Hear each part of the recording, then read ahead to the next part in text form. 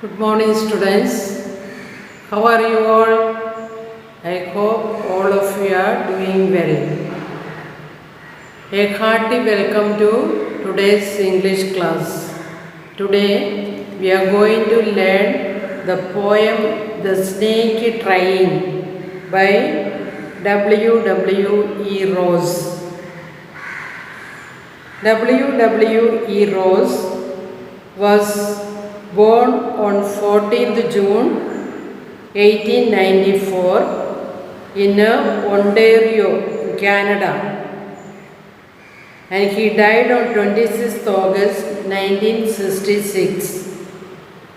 He was an environmentalist,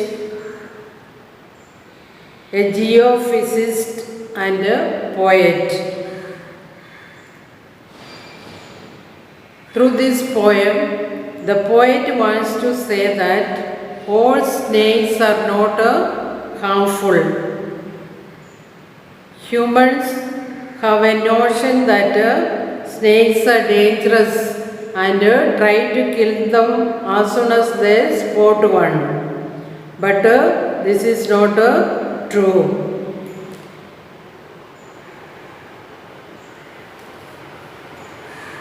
So students, take the textbook, page number 125, The Snake Trying. Most of us think of snakes as fearsome symbols of death, but the snake in this poem is itself a victim.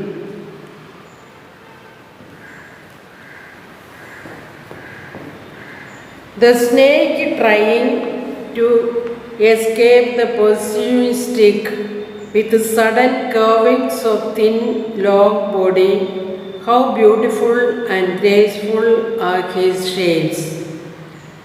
The poet tells us about a water snake that is being disturbed by a human being who is pursuing or chasing it with a stick.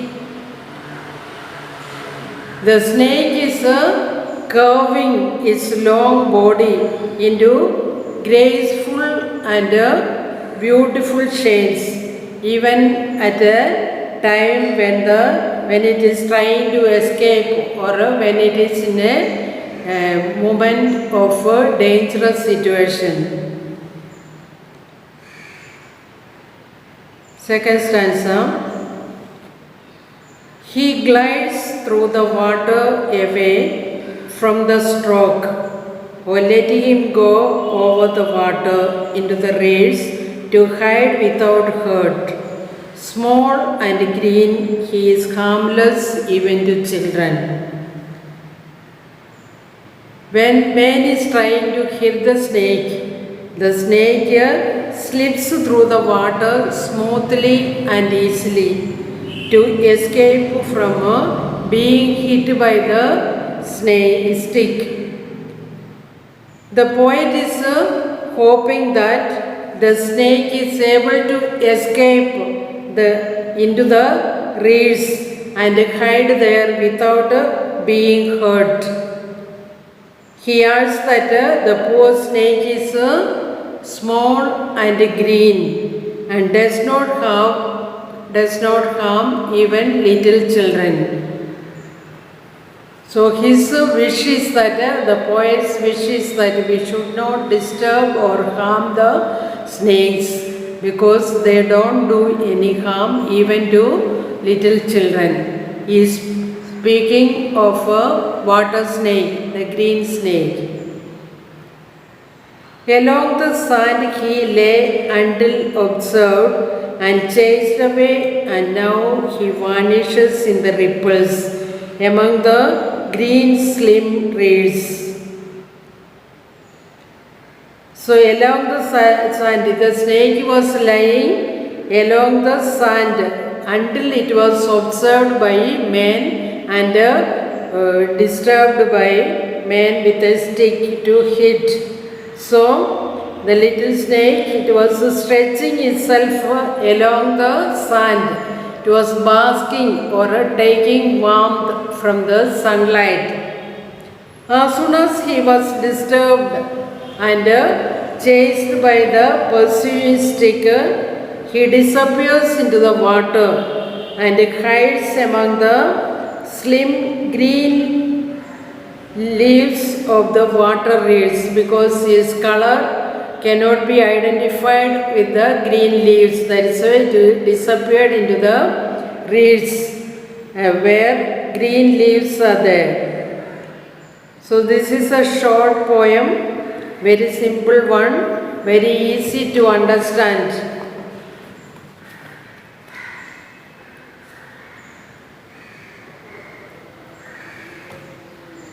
So in the last stanza, the poet tells us how a harmless green colored snake tries to hide behind the green bushes in order to save itself.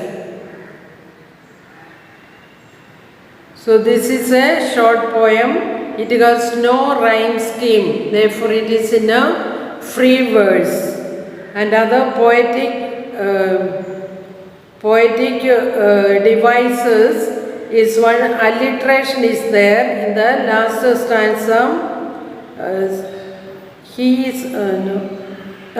is harmless even to children. Second stanza, last line. That is the alliteration. He, H, harmless, H. Then another one is imagery. Imagery that creates image in the mind of the reader. That is imagery. That is pursuing stick. To escape the pursuing stick with sudden curvings of thin, long body. So when we read this passage, when we read this stanza, in our mind, we imagine about pursuing stick, a man going behind the snake with a stick. So, also sudden curvings of thin, long body, a movement, we imagine in our mind the movement of the snake with the sudden curvings and with his thin and long body.